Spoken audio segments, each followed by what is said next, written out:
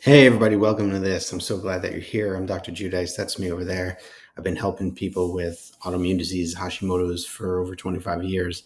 And I just want to share with you some pretty cool stuff regarding labs and levels and why normal isn't enough for our Hashimoto's patients.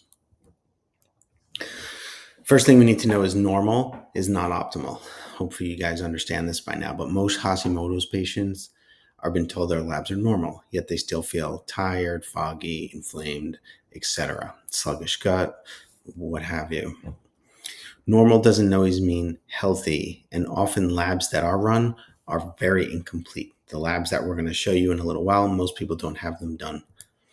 Okay, so the first secret with this is functional ranges and conventional ranges. They're totally different. Conventional ranges, what you're going to see on your lab printout when you get it from wherever you got your labs, are going to be wide. They're based on the sick people who go to that lab. Why do they do this? I don't really know. So you'll see every year those ranges will change based on the people who went there that year. Whereas functional ranges are tighter ranges and they're pretty standardized. They don't fluctuate very much unless something new comes out, some sort of new research. And we'll go ahead and adjust our functional ranges. Okay. So for example, and you don't have to write this down now, TSH, the normal TSH, thyroid stimulating hormone, should be around 1.8 to 3, right? If we see creeping above that, it's hypo. We see below that, it's hyper. And oftentimes people are going to be at 4, 4.6, something like that. They're not going to be feeling good. And because it's not out of range, nothing's going to happen. Okay. Secret number 2, it's about conversion, not just TSH. So it's not just about that TSH number, that 1.8 to 3. It's about converting T4 into T3. So here's the deal. We'll show you the cascade in a few slides here. So don't freak out. So T4 is inactivated form of thyroid hormone. The 4 represents 4 iodines. So that's a very stable structure, kind of like a car. A car is very stable, doesn't flip over very easily because it's got these bound iodines to it. It flows through the bloodstream, lasts a long time, but it doesn't do anything. It's just there for future use. It's potential energy.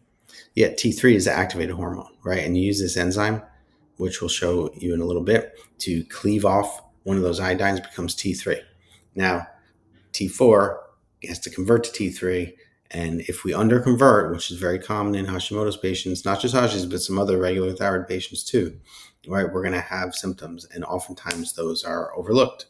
Most times they're overlooked. Okay. There's some causes to that, whether there's blood sugar swings, stress, inflammation, toxins, and dysbiosis are huge ones, and just straight up nutrient deficiencies.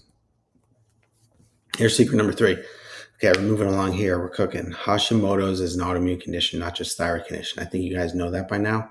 But because of that, it starts to affect all systems in your body. Everything's so global. That's why symptoms can be so global, not just related to thyroid.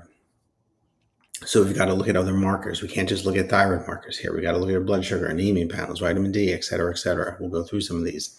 But thyroid ranges are critical to monitor to see how your thyroid function is doing. Okay, so first thing we want to do, if you have labs, you can pull them out, pull them up on your phone, whatever. It's not critical right now. Just wanted you to understand this concept right now.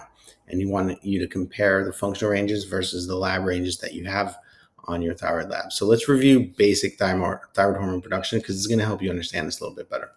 Okay, so up in the pituitary, up on the left here, that's part of your brain here. It's like the bridge between the nervous system and the endocrine system, right? The hormones, right? That sucker makes TSH, thyroid stimulating hormone. That goes to the thyroid, right?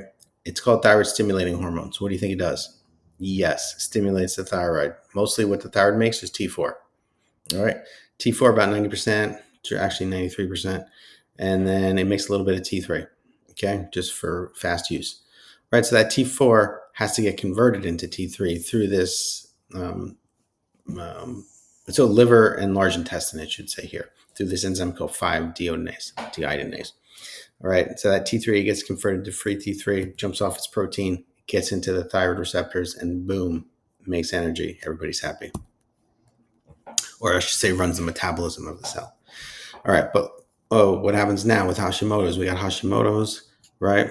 We can get issues with this conversion over here, but the immune attack is within the thyroid gland. So most people who've had Hashimoto's like 10, 20 years, unfortunately, they've lost a lot of thyroid tissue. So their ability to produce is dramatically lower, okay? In addition to that, because a lot of people are on hormones for a long time. A lot of times they're on too much, which we'll see a case of that a little bit later.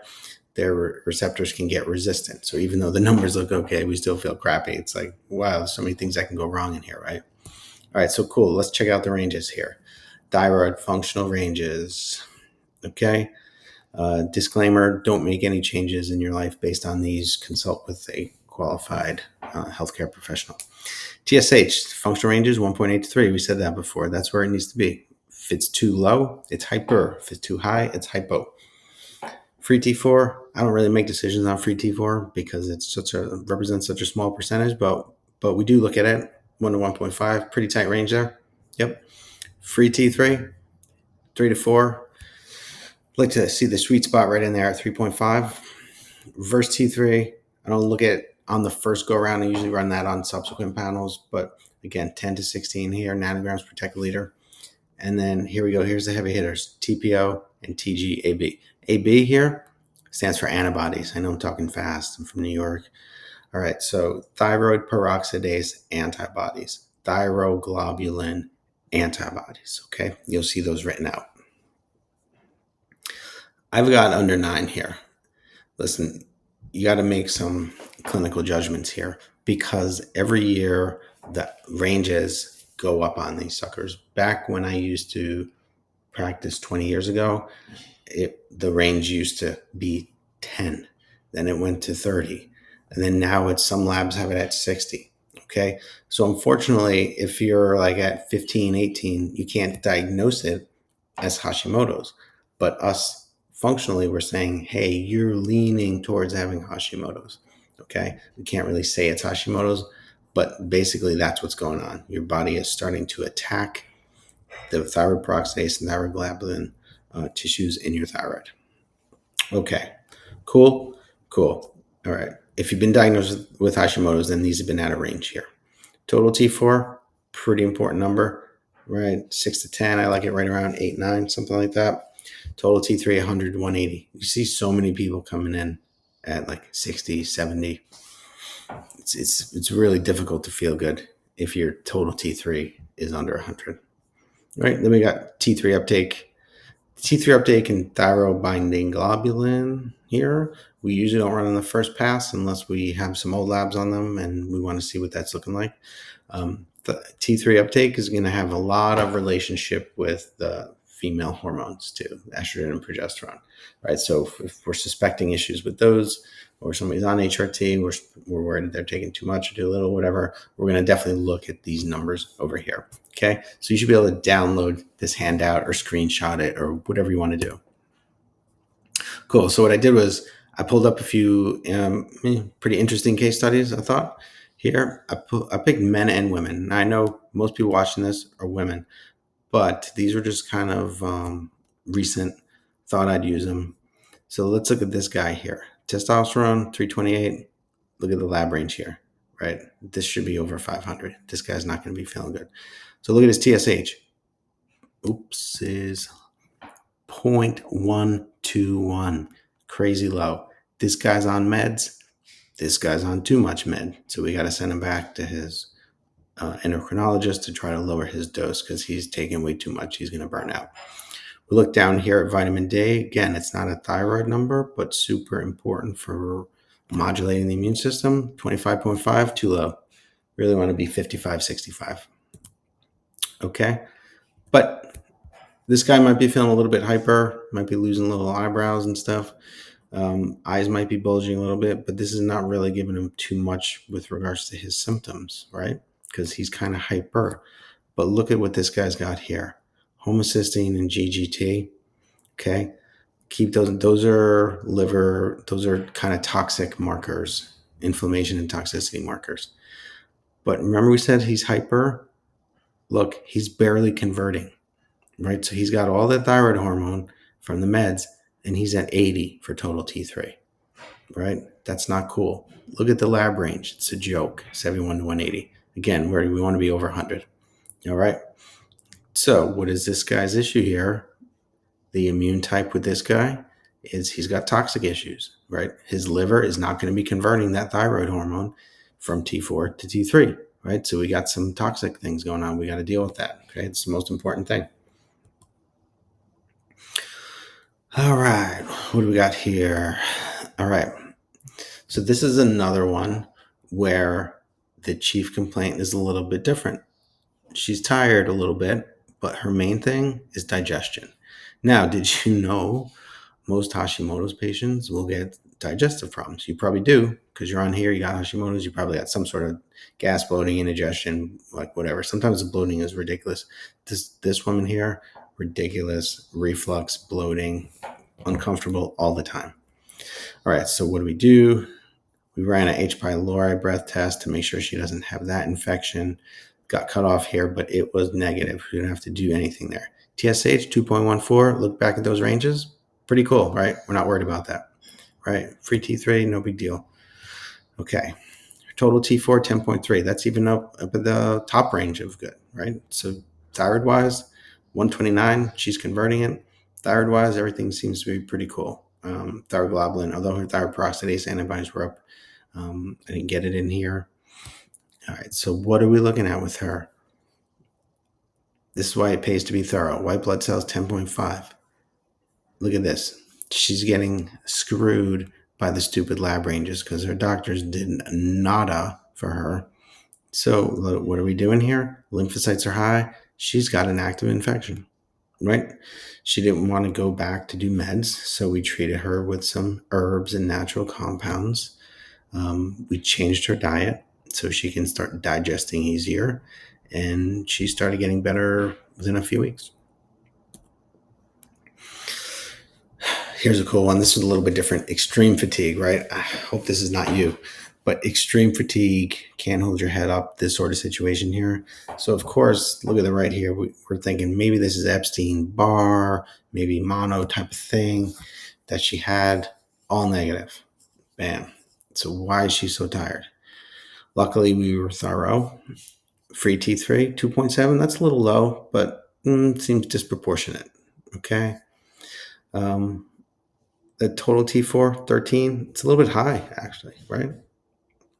And it's converting, right? So this is definitely not causing this fatigue. This is not, even though she's diagnosed Hashimoto's, that's not what's driving her fatigue. So let's keep looking around here. I'm not too worried about these. Cholesterol is a little bit low, actually. Right? Preferred it to be a little bit higher, but definitely, it's not the cause. Keep looking here. Thyroid 1.14, a little bit hyper, right? Like we said, not that big a deal in this case. But let's look down here. TIBC, iron saturation. She is dramatically iron insufficient. Ferritin 7. Okay, right? This is why she's so fatigued. This homocysteine, very important marker, 18. Bam, this is crazy high. That's why I put these little exclamation points here. That's very high. We're going to have to deal with this. So she's definitely got issues with some B vitamin, maybe some genetic issues or what have you. But so we're going to deal with that. We started dealing with the iron. With this one, she started getting better within 2 weeks, I think. Again, we've got work to do, right? We didn't get to all the underlying causes, did we? No, we just started replenishing iron. Now it's time at least somebody can start feeling better while we figure out what else is going on. I can't even tell you how many doctors this poor woman's been to. Nobody's figured this out. Okay.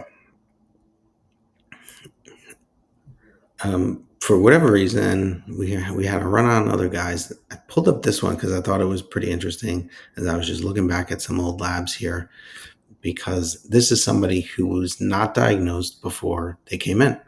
Thyroglobulin antibodies, 319, screaming high, right? That's even out of that lab range here, which is extremely inappropriate lab range at 60. TSH, 2.9, starting to creep up there, right? Not going to do anything about it yet, but we're just watching that, right? Testosterone 635, a little bit low. 10.5 homocysteine, that is high. So we know we got to deal with some B vitamin issues here. All right, what else do we have here? Free T3, low 2.7. That's definitely low. Total T4, a little bit low. So we got a little bit of a mismatch, right? Total T3, low. So in vitamin D, that's totally fine. 80, we're not too worried about that. Okay, so what happened with this guy is we figured out through his history that he's got some food issues. So his immune type pattern has to do with inflammation driven through food. Changed his diet, added a few methyl supplements, which are sort of B vitamins, and then these ranges got better. Testosterone up, all this stuff got better. Over 107 for total. And we didn't give any thyroid supplements here in this case. We just gave some digestive support and some food elimination type of protocols.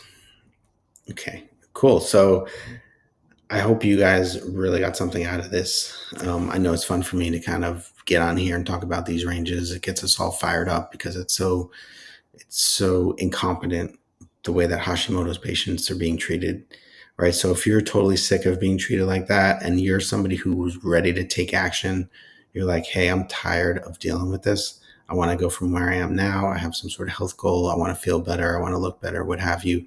Then go ahead and hit us up and schedule an appointment for me to sit down with you for no charge for 30, 45 minutes to go over your history. If you have them, we'll just casually look at your labs to see what sort of pattern you might be. We'll ask some questions, and then we'll figure out if we have a program that's right for you. If we have a program that's right for you, we'll let you know. And then so we can get you to start feeling and functioning better. Thanks again for being here. Really appreciate your time. Go ahead and you can either type this in, or if you hate typing like I do, go ahead and scan that code right there and you can go ahead and book an appointment right away. But please, please, please only do it if you're serious, right?